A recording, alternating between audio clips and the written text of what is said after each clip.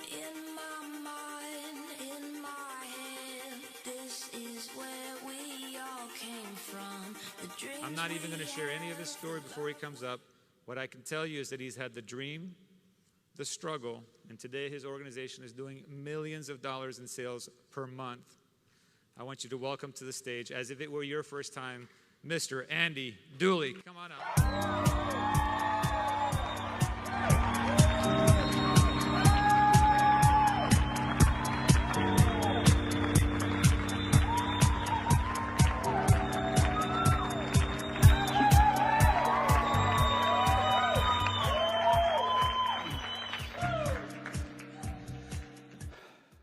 January 2nd, 1998. I am 10 years old, standing in line to buy milk in Albania. 5 o'clock in the morning. My dad had been there in line for 3 hours. So I came there so he could go back to work. And I was there for several hours. And I was 3 people away when the cashier said there is no more milk. People left. I had a young sister at home, 1-year-old, and I remember just in tears asking her, "It's got to be another bottle. There's got to be some more milk left." She said, "No, sorry." I remember standing in line to buy bread, and most days the truck did not even come with bread. I remember most nights going to bed hungry. We didn't have running water 24/7. We didn't have power 24/7 that we so take for granted here.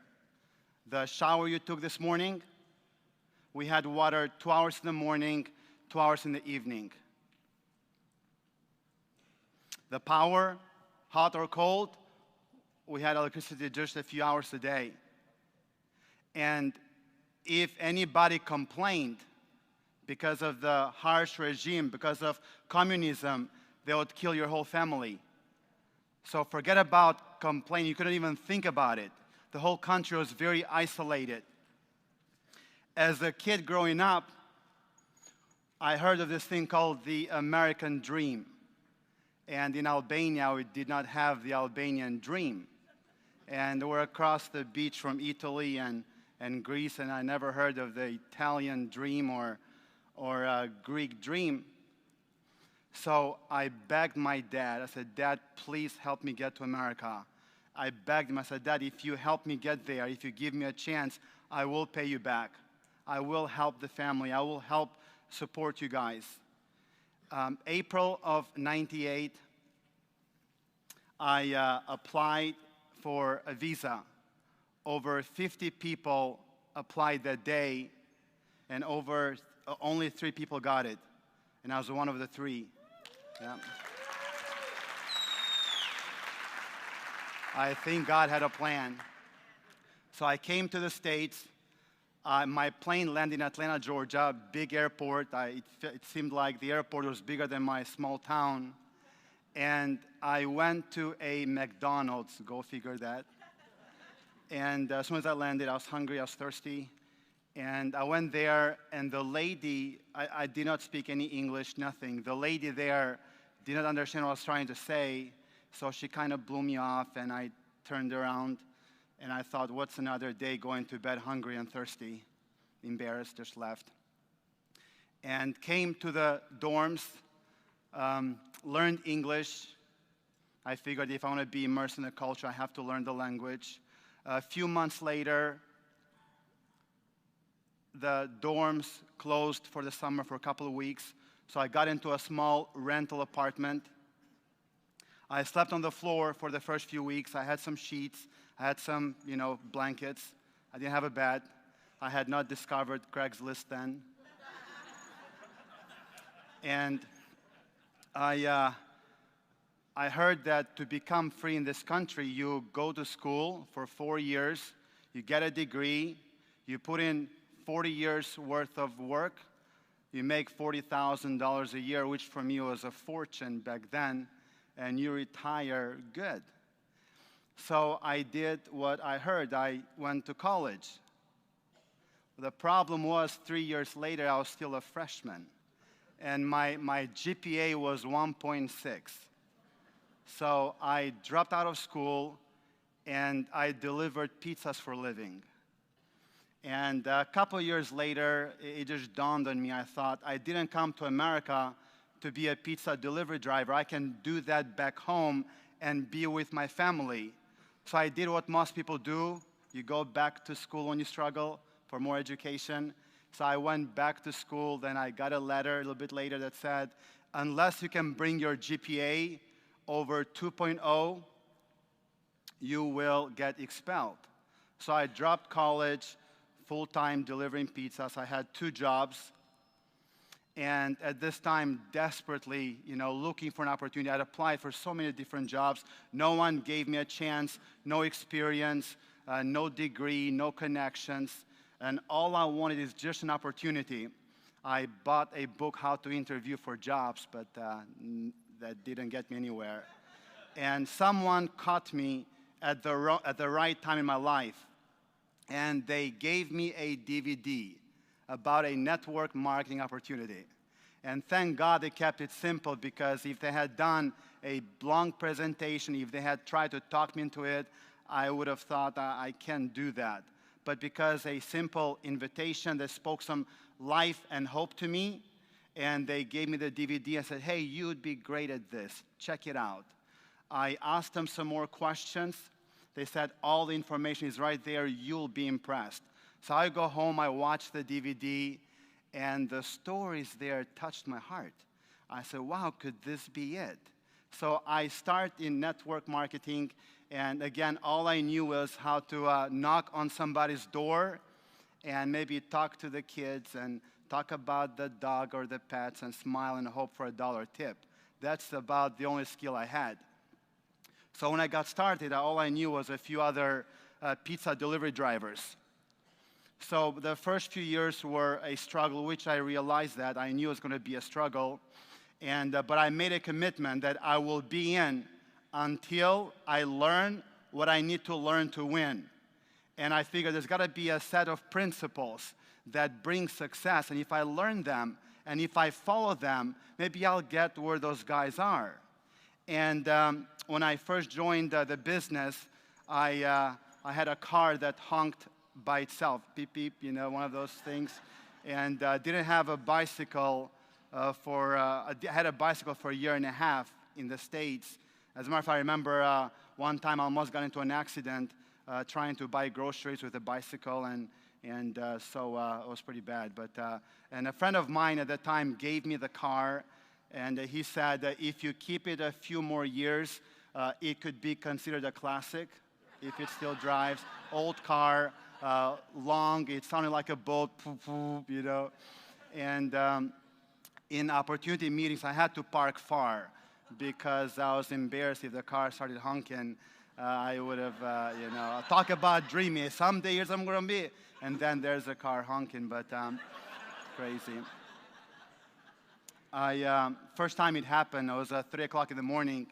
I was sleeping, deep sleep, and the car starts honking. You wake up wondering what just happened. So I remember picking up the cell phone. No, it's not the cell phone. I picked up the home phone. It's not the home phone. I ran at the door. All this within 5 seconds. I opened the door. There is nobody there. And then it dawned on me, it's got to be the car. So I go outside, and it's the car. I had to take the battery out, and that's how it stopped.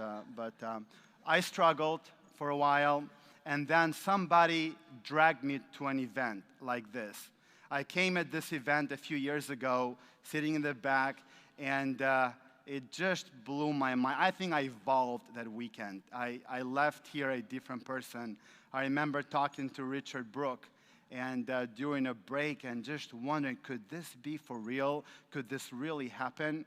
And the guy, and I've always said that the way he listened to me, he communicated my potential. I still remember to this day, a few years later, how he listened, just the whole attention, and he said, personal development, you've got to grow. I mean, if you want to build a business, if you want to grow a business, you got to grow yourself. So I bought a bunch of books and a bunch of CDs at that time with money I didn't have. And that's where my journey really began. And I can stand here today just totally totally in awe of what has happened. And I kept my promise with my dad.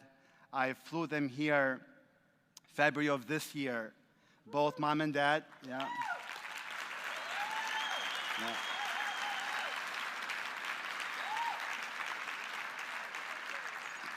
I flew them to the States. I took them across the country, 6 weeks vacation, coast to coast, 5-star resorts, everything. And then at that last evening, I told them the whole journey. I told them the whole story. I took them to that first apartment.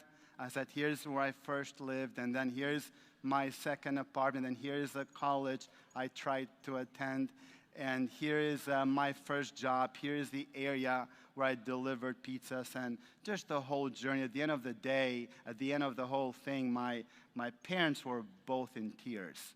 And Dad looked at me in the eye and said, son, I'm proud of you. Great job.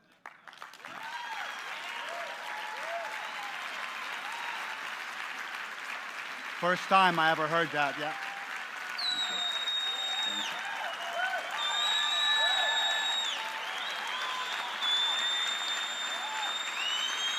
All things are possible.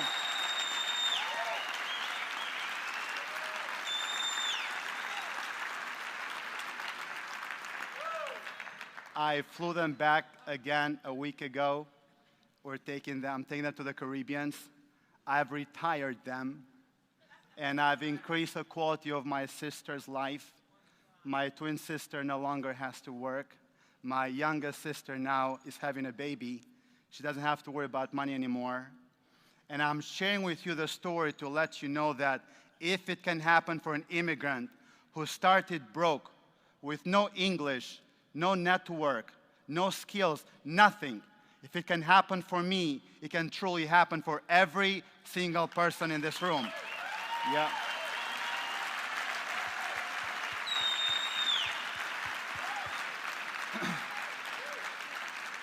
In closing, how can you go from crisis to comfort?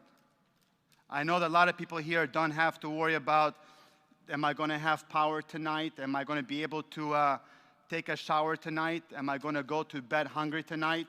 Most of you don't worry about that. So most people, go from crisis to comfort, and they stop there.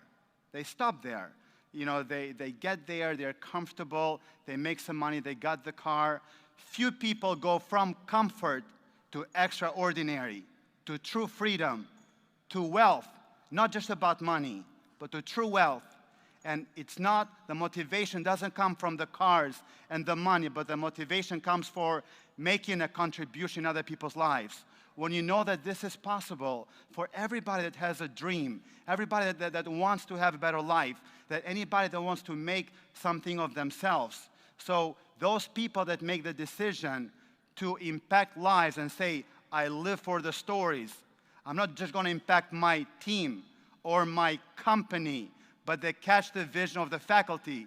They catch the vision of the leaders here. They want to impact the whole profession. They want to impact the whole world.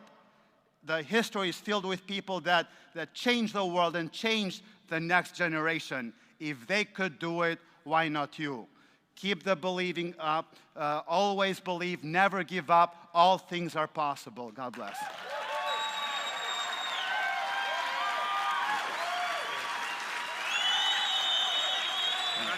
Thank you. All right, Mr. Andi Duli.